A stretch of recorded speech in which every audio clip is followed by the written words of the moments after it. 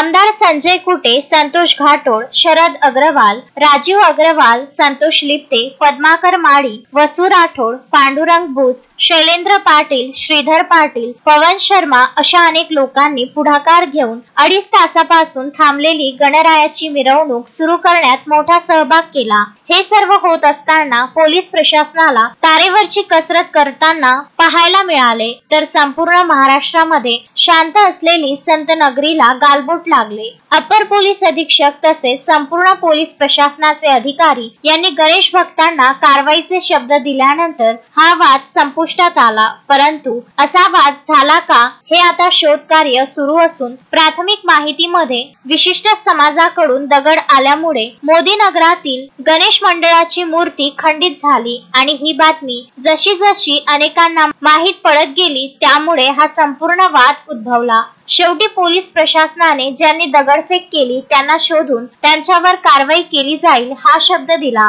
आणि गणेश भक्त शांत झाले। 5 वाजेपासून थांबलेली मिरवणूक 7:30 वाजता सुरू झाली। यावेळी संपूर्ण गावातील लहान मोठे गणेश मंडळांनी आपली मिरवणूक जागेवरच थांबून एकत्रितपणे निषेध केला।